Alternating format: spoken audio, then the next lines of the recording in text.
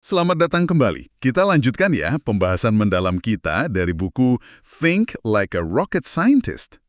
Kalau episode lalu kita udah bahas soal menyalakan ide-ide terobosan, nah sekarang kita masuk ke tahap 2, percepat. Di sini nih fokusnya geser. Bukan lagi cuma nemuan ide, tapi lebih ke gimana caranya menyempurnakan ide itu, mengujinya habis-habisan, biar siap menghadapi dunia nyata. Tepat sekali. Tahap percepatan ini kalau boleh dibilang punya 3 pilar penting nih. Pertama, kita harus yakin dulu kita ini nanya pertanyaan yang benar nggak sih sebelum buru-buru cari jawaban. Itu fondasinya. Kedua, gimana caranya kita menyiksa ide kita. Maksudnya diuji sekeras mungkin sebelum kita bergantung penuh sama ide itu. Dan yang ketiga, ini juga krusial. Sadar kalau cara kita nguji itu sama pentingnya dengan pengujiannya sendiri. Intinya sih mengubah potensi jadi sesuatu yang tangguh dan terbukti gitu. Oke, menarik banget. Mari kita mulai dari pilar pertama ya, mengajukan pertanyaan yang lebih baik.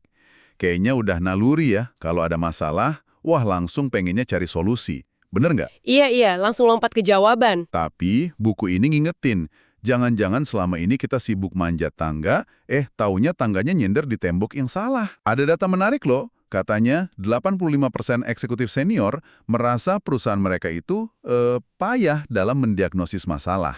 Wah, tinggi juga ya angkanya. Iya, dan akibatnya yaitu waktu, sumber daya, kebuang percuma. Jadi kayak palu aja, semua masalah kelihatan kayak paku. Betul. Itu sering banget kejadian karena kita mungkin udah terjebak sama pola pikir lama. Contoh, bagus nih dari NASA soal misi Mars Exploration Rover atau MER. Jadi wahana sebelumnya, namanya Mars Polar Lander, MPL, itu gagal. Padahal desainnya mirip sama MER. Nah, gara-gara itu, misi MER ini hampir dibatalin. Waktu itu semua orang nanyanya gini, gimana cara kita perbaiki desain pendarat berkaki 3 punya MPL ini? Fokusnya di perbaikan desain yang udah ada ya? Persis. Pertanyaan itu malah ngunci mereka ke solusi yang itu-itu aja. Ini mirip namanya Einstein-Lung Effect dalam catur. Pemain ahli catur kadang saking familiarnya sama satu strategi, dia nggak lihat ada langkah lain yang mungkin lebih brilian. Kelewat gitu aja. Nah, disinilah ada seorang insinyur JPL, namanya Mark Adler, dia bikin perbedaan besar. Dia nggak langsung terima pertanyaan itu. Dia malah nanya balik, sebentar. Tujuan utamanya apa sih? Bukan cuma benerin desain A atau B kan, tapi gimana caranya kita bisa mendarat dengan aman di Mars? Oh, pertanyaannya lebih fundamental ya. Iya, dan pertanyaan dasar ini justru membuka pintu ke solusi yang waktu itu radikal banget, pakai kantung udara raksasa, airbag gitu. Kayak di mobil ya. Idenya terinspirasi dari situ. Iya. Ini contoh bagus banget buat mematahkan apa yang disebut functional fixedness atau kekakuan fungsional. Nah, functional fixedness ini apa sih? Gampangnya, ini kecenderungan kita ngelihat suatu benda atau ide cuma berdasarkan fungsi yang paling umum atau yang biasa kita tahu. Kita jadi terpaku sama kegunaan biasa itu. Kayak tadi Mark Adler, dia bisa lihat teknologi airbag yang biasanya di mobil, ternyata punya potensi fungsi lain buat pendaratan di Mars. Ini nunjukin banget betapa pentingnya problem finding, seni menemukan masalah yang sesungguhnya, sebelum kita lompat ke problem solving. Bener banget. Ada contoh lain lagi nih, masih dari misi MER yang sama. Jadi pas misi itu, lagi-lagi terancam karena masalah lain. Ada Scott Hubbard dari markas NASA. Dia nanya ke pimpinan ilmuwan misinya, Steve Squyres. Pertanyaannya kedengeran naif, tapi jitu banget. Kenapa nggak ngirim 2 rover aja sekalian? Wah, kok nggak kepikiran ya? Iya kan, ide sederhana ini yang nggak terpikir sebelumnya, itu langsung mengubah total rencana misinya. Dengan 2 rover kan peluang suksesnya jadi double tuh. Kalau amit-amit salah satunya kenapa-kenapa di jalan atau pas mendarat. Itu kekuatan mempertanyakan asumsi paling dasar ya. Sesuatu yang udah dianggap given gitu. Betul. Contoh lain yang juga relevan tapi di luar angkasa, itu soal penghangat bayi Embrace. Awalnya nih, ada tim mahasiswa Stanford, mereka mau bikin inkubator versi murah. Soalnya inkubator standar kan mahal banget, bisa $20.000. Fokusnya di harga murah. Oke, masuk akal. Tapi, pas mereka turun langsung ke lapangan, ke negara berkembang gitu, mereka sadar masalahnya tuh nggak cuma harga. Mereka akhirnya mendefinisikan ulang masalahnya, jadi bukan cuma murah, Tapi gimana caranya menjaga bayi prematur tetap hangat secara efektif, terjangkau, dan praktis di lingkungan yang sumber dayanya minim? Oh, ada kata praktis dan lingkungan minim sumber daya. Itu kunci ya? Iya, pertanyaan baru ini akhirnya melahirkan solusi yang beda banget. Kantung tidur khusus, harganya cuma $25, pakai material pengubah fasa gitu, jauh lebih pas sama kebutuhan di lapangan. Nah, ini mungkin bisa jadi refleksi buat Anda yang dengerin, seberapa sering sih kita langsung kejar solusi tanpa yakin bener udah nangkep inti masalahnya apa? Wah, iya juga ya. Ini ngingetin saya sama cerita tantangan $5 dari Tina Silik di Stanford. Jadi, mahasiswa dikasih modal $5 sama waktu 2 jam, disuruh ngasilin uang sebanyak mungkin. Oke, tantangan menarik. Nah, kebanyakan tim mikirnya, ya dari $5 itu, gimana caranya muterin $5 ini? Mungkin buka cuci mobil kilat atau jualan minuman dingin gitu? Ya, fokus ke modal awal ya. Betul. Tapi, tim yang menang, mereka ngelakuin sesuatu yang beda banget. Mereka ngabaikan $5 itu. Nggak dianggap, mereka mendefinisikan ulang masalahnya. Gimana cara kita ngasilin nilai, dalam hal ini uang, dari nol, dalam waktu singkat pakai aset apa aja yang kita punya. Aset apa yang mereka punya? Nah, itu dia. Aset terbesar mereka ternyata bukan uang $5 itu, tapi slot presentasi 3 menit di depan kelas yang isinya mahasiswa-mahasiswa Stanford potensial. Lalu? Mereka jual slot waktu presentasi itu ke perusahaan yang mau rekrut mahasiswa. Wah, cerdas banget. Bener-bener di luar kotak $5 itu ya. Iya kan? Nah, coba deh Anda pikirin. Apa taktik $5 dalam hidup atau pekerjaan Anda sekarang? Fokus ke hal kecil yang kelihatan jelas, padahal mungkin ada aset tersembunyi atau peluang lebih besar yang malah kelewat. Modalnya cuma lilin, sekotak paku payung, sama korek api. Oh iya, yang itu. Susah, ya? Iya, kebanyakan orang gagal karena ngelihat kotak paku payung itu ya cuma sebagai wadah paku. Udah gitu aja fungsinya. Tapi begitu paku payungnya dikeluarin dari kotak, nah lebih banyak orang yang klik. Mereka sadar kalau kotak itu sendiri bisa berfungsi sebagai penyangga lilin yang terus dipaku ke dinding. Ah, jadi kotaknya punya fungsi lain. Betul, kuncinya itu memisahkan bentuk objek dari fungsi yang biasa kita kenal. Contoh lain, barometer. Biasanya kan buat ukur tekanan udara. Tapi kalau kita lupakan fungsi itu sejenak, barometer bisa jadi pemberat kertas, atau bandul jam sederhana, macam-macam. Coba tanya ke diri sendiri, kalau aku lupa fungsi normal benda ini bisa dipakai buat apa lagi ya? Contoh di bisnis juga ada kan ya? Menarik banget tuh. Kayak Amazon Web Services, AWS. Iya, betul. Amazon kan awalnya bangun infrastruktur komputasi gede banget itu buat dukung toko online mereka sendiri. Itu fungsi awalnya. Tapi terus mereka lihat, infrastruktur ini bentuknya nggak cuma buat internal, tapi bisa jadi layanan komputasi awan yang dijual ke orang lain, fungsi baru. Bener, melihat aset yang ada dengan kacamata fungsi yang berbeda. Sama juga waktu Amazon beli Whole Foods.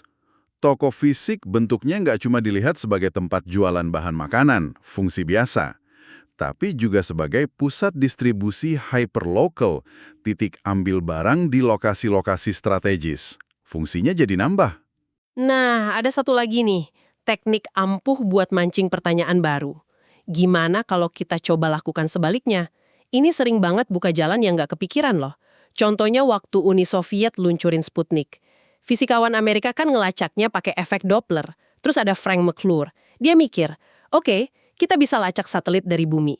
Gimana kalau dibalik? Kalau kita tahu posisi satelitnya, bisa nggak kita pakai sinyalnya buat tahu posisi kita di bumi? Oh, itu cikal bakal GPS ya? Persis, cikal bakal GPS. Terus ada Michael Faraday. Dia membalik penemuan kalau listrik bisa hasilin magnet. Dia tanya, bisa nggak magnet hasilin listrik? Lahirlah generator. Darwin juga, dia nggak cuma cari perbedaan antar spesies, tapi justru fokus cari kesamaan. Dick Fosbury, atlet lompat tinggi, dia membalik total gaya lompat standar. Biasanya kan orang menghadap mistar. Iya, gaya gunting atau guling perut. Nah, dia malah membelakangi mistar. Lahirlah Fosbury Flop yang merevolusi olahraga itu. Ada juga prinsip George Costanza dari sitkom Seinfeld.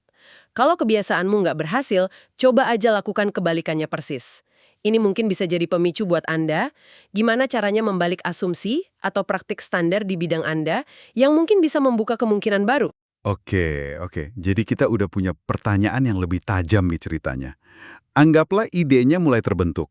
Sekarang kita masuk ke bagian yang krusial banget dari tahap percepat ini. Pengujian. Tapi ini bukan sembarang uji ya. Betul. Ini soal menguji ide secara kritis ala ilmuwan roket. Kita bisa belajar banyak dari kegagalan mereka juga. Contohnya Mars Climate Orbiter NASA yang hancur itu.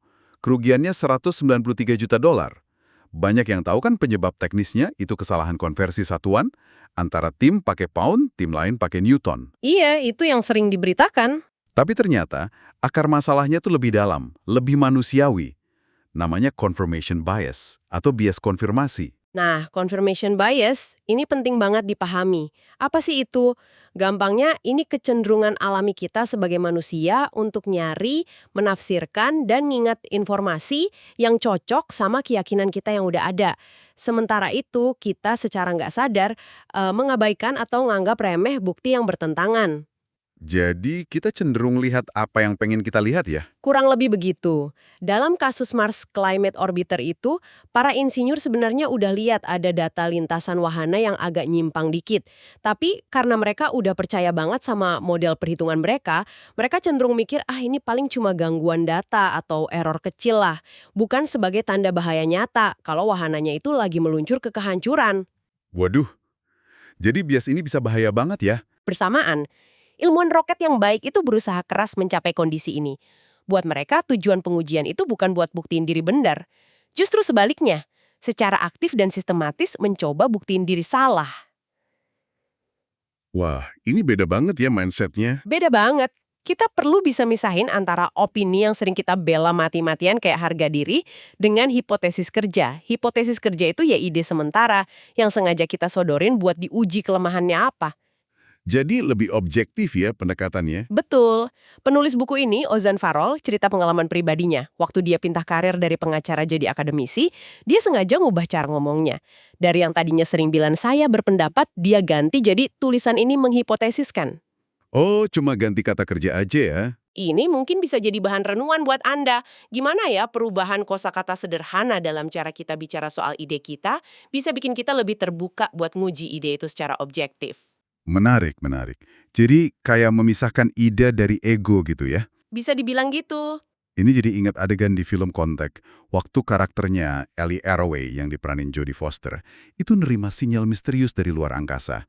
Reaksi pertamanya kan bukan langsung seneng gitu ya, tapi justru timnya kerja keras banget mencoba membantah kalau itu sinyal beneran. Iya, mereka cek semua kemungkinan lain dulu kan? Betul. Mereka cek semua kemungkinan, sumber di bumi, gangguan teknis, macam-macam.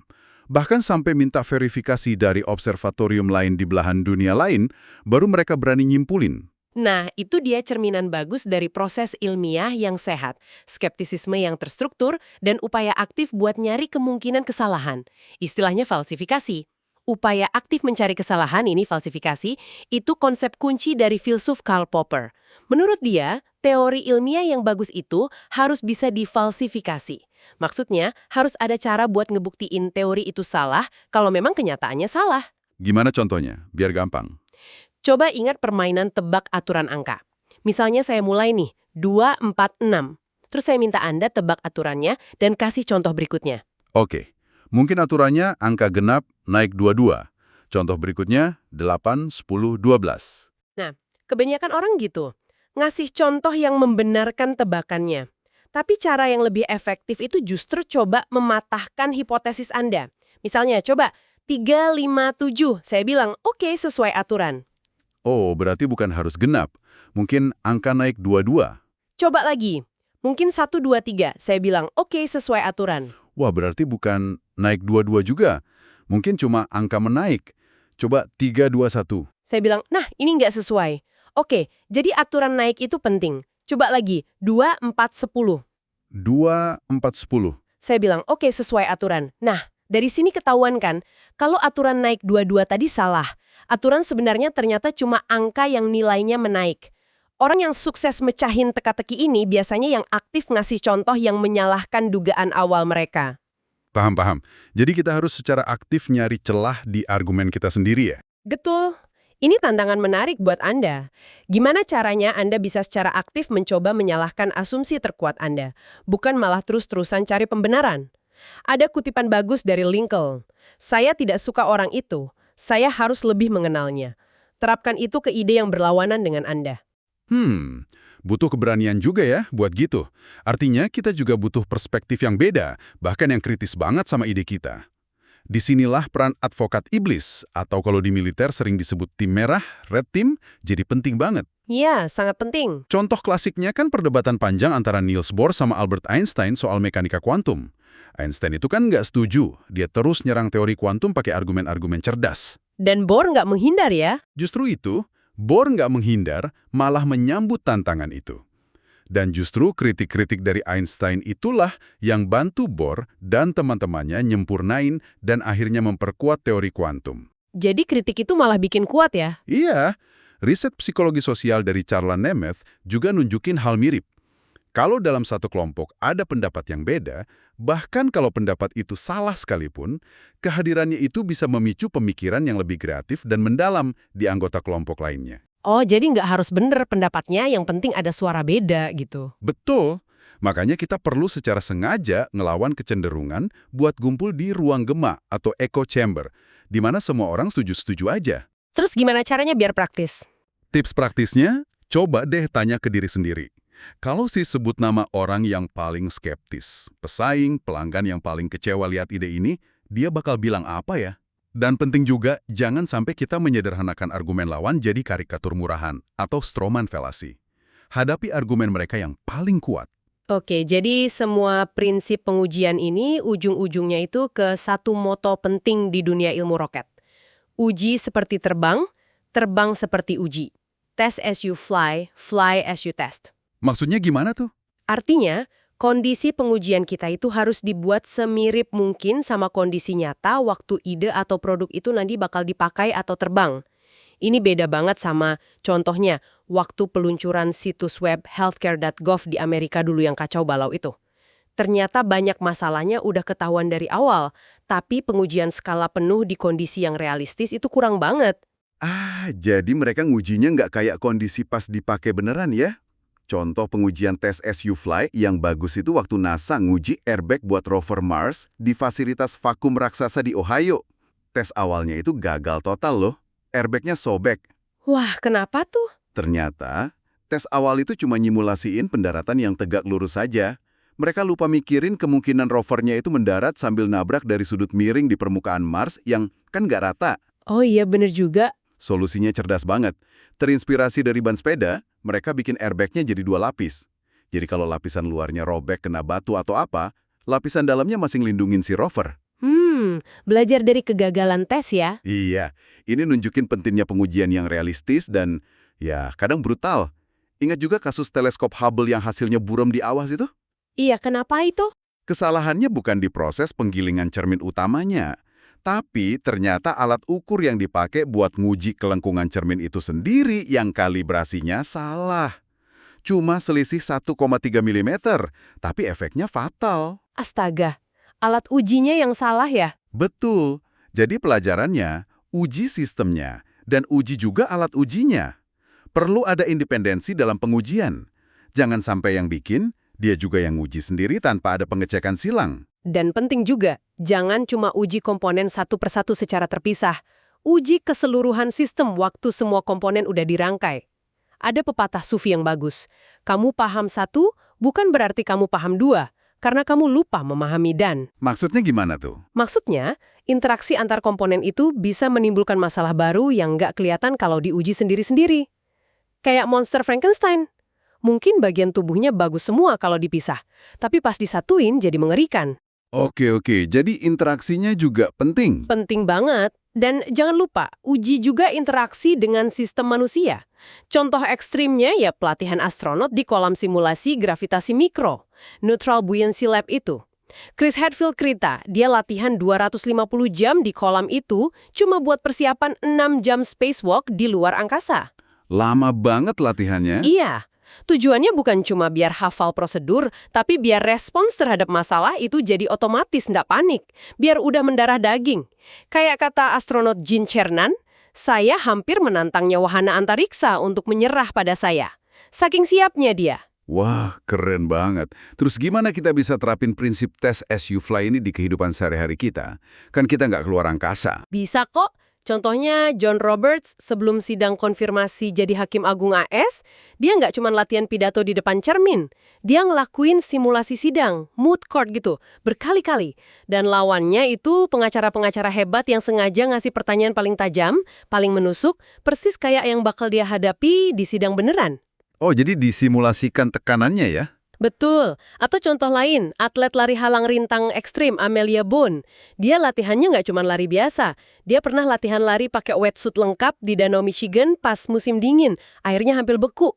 Biar terbiasa sama kondisi lomba yang ekstrim. Gila juga ya latihannya. Nah, coba bandingin sama cara kita biasa berlatih. Pidato ya paling di depan cermin. Latihan wawancara kerja ya sama teman yang ngasih pertanyaan gampang. Kurang terbang seperti ujinya. Uji diri Anda di kondisi yang mendekati tekanan sesungguhnya. Oke, masuk akal. Di dunia bisnis juga ada kan ya?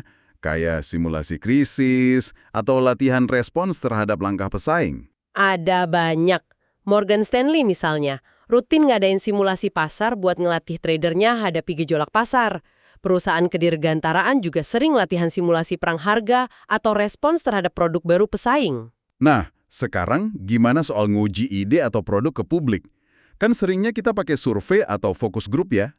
Nah, ini menarik. Ternyata, nanya langsung ke orang itu seringkali nggak cukup akurat, bahkan bisa menyesatkan loh. Contohnya survei sebelum iPhone pertama diluncurin. Hasilnya negatif banget. Orang-orang waktu itu nggak bisa ngebayangin kenapa mereka butuh alat kayak gitu. Coba kalau Apple nurutin hasil survei itu. Wah, iya juga ya. Terus gimana dong? Seringkali mengamati perilaku nyata orang itu jauh lebih akurat daripada nanya pendapat mereka. Pelopor polling modern, George Gallup, dia nggak cuma nanya orang suka baca berita apa, tapi dia juga diam-diam ngamatin orang pas lagi baca koran, buat tahu rubrik mana yang bener-bener mereka perhatiin, bukan cuma yang mereka bilang mereka perhatiin. Oh, jadi observasi langsung ya? Iya, komedian kayak Chris Rock atau Jerry Seinfeld juga gitu. Mereka nguji materi lawakan baru, bukan dengan nanya ke temen, ini lucu nggak? Tapi mereka coba bawain di klub-klub komedi kecil, terus ngeliat langsung reaksi penonton. Mana yang bikin ketawa, mana yang garing. Data reaksi nyata ya? Betul. Firma desain IDEO juga sering pakai metode ini. Waktu mau desain sikat gigi anak, mereka nggak cuma nanya ke anak-anak atau orang tua. Mereka ngamatin langsung anak-anak pas sikat gigi. Dari situ mereka sadar, anak-anak tuh susah pegang sikat gigi yang gagangnya tipis kayak punya orang dewasa. Makanya mereka terus rancang sikat gigi anak yang gagangnya lebih gemuk dan empuk, lebih gampang digenggam. Wah, penemuan penting dari observasi ya? Iya, contoh lain, desainer IDEO pernah sengaja jadi pasien di rumah sakit, ngalamin sendiri gimana rasanya dirawat. Dari situ mereka sadar betapa pasien sering merasa bosan, cemas, dan nggak berdaya. Pengalaman itu mengarah ke ide-ide buat bikin pengalaman pasien jadi lebih baik. Tapi bukannya kalau kita ngamatin orang, perilaku mereka bisa berubah ya karena merasa diawasi? Nah, itu dia jebakannya. Tepat sekali. Itu yang disebut observer effect atau efek pengamat. Fakta bahwa kita lagi mengamati sesuatu, itu bisa mengubah perilaku yang lagi kita amati. Ini konsep dari fisika kuantum tapi berlaku juga buat manusia. Orang cenderung jadi jaga image atau berperilaku beda kalau tahu lagi diliatin. Pantesan hasil fokus grup kadang suka aneh ya? Bisa jadi salah satu faktornya itu. Contoh klasik banget itu kuda Clever Hans di awal abad ke-20. Kuda ini kelihatannya pinter banget, bisa ngitung, bisa jawab pertanyaan. Beneran? Ternyata enggak. Setelah diselidiki, si kuda ini sebenarnya cuma ngebaca isyarat-isyarat nonverbal yang nggak disadari sama orang di sekitarnya, yang udah tahu jawabannya, kayak anggukan kepala kecil atau perubahan postur. Jadi dia pinter karena ngebaca penontonnya, bukan karena bisa ngitung beneran. Astaga. Jadi efek pengamat ini nyata banget ya? Nyata banget. Terus gimana dong cara ngatasinnya? Ya, cari cara nguji yang lebih objektif, yang minim bias pengamat ini. Contohnya Tim Ferriss lagi. Waktu dia mau milih judul buat bukunya The 4-Hour Workweek, dia nggak nanya pendapat teman-temannya. Dia bikin beberapa iklan Google Ads pakai judul-judul alternatif itu, terus dia lihat judul mana yang secara data paling banyak diklik sama orang asing di internet. Objektif kan? Oh, pakai data klik ya?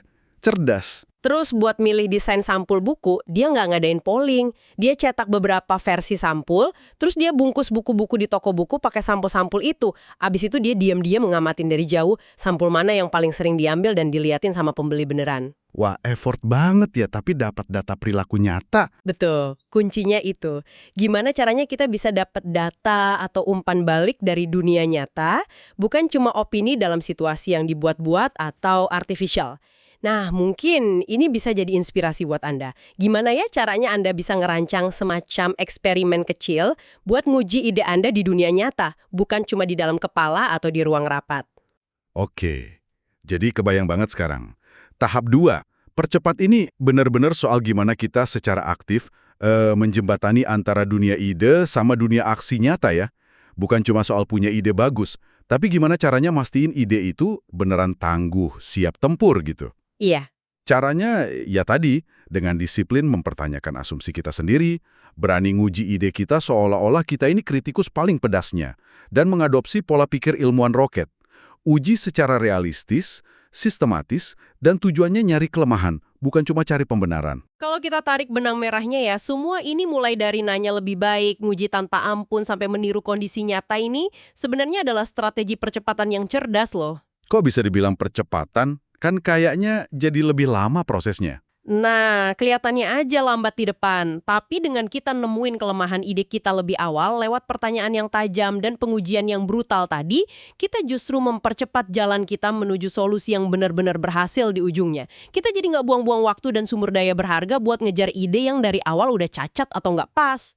Prinsip ini universal banget kok, nggak cuma buat bikin roket. Bisa buat apa aja ya? Bisa buat proyek kerjaan Anda, tujuan pribadi Anda, bahkan cara Anda nyikapi informasi yang Anda terima sehari-hari. Intinya, ini soal membangun kekokohan atau ketangguhan ide sebelum dilepas ke dunia luar. Oke, sebagai penutup nih, mungkin ada satu pemikiran terakhir buat Anda yang dengerin bawa pulang. Proses mempertanyakan dan menguji secara mendalam ini kan tadi dibilang mungkin rasanya lambat ya di awal, butuh usaha ekstra, nggak bisa buru-buru. Tapi coba deh pikirin lagi, jangan-jangan inefisiensi yang sesungguhnya itu justru terletak pada saat kita terlalu buru-buru ngeluncurin sesuatu. Entah itu produk, rencana, atau keputusan besar. Yang diluncurin cuma berdasarkan asumsi yang ternyata belum teruji, atau pertanyaan yang belum digali cukup dalam. Benar juga ya. Biaya kegagalan di akhir bisa jauh lebih besar. Nah, itu dia. Jadi pertanyaannya buat Anda, kira-kira adakah satu asumsi kecil aja yang selama ini Anda anggap remeh dalam pekerjaan atau hidup Anda, yang kalau coba Anda pertanyakan dan uji lebih serius, mungkin aja bisa membuka jalan yang sama sekali baru. Sekian dulu pembahasan mendalam kita kali ini. Sampai jumpa di eksplorasi berikutnya.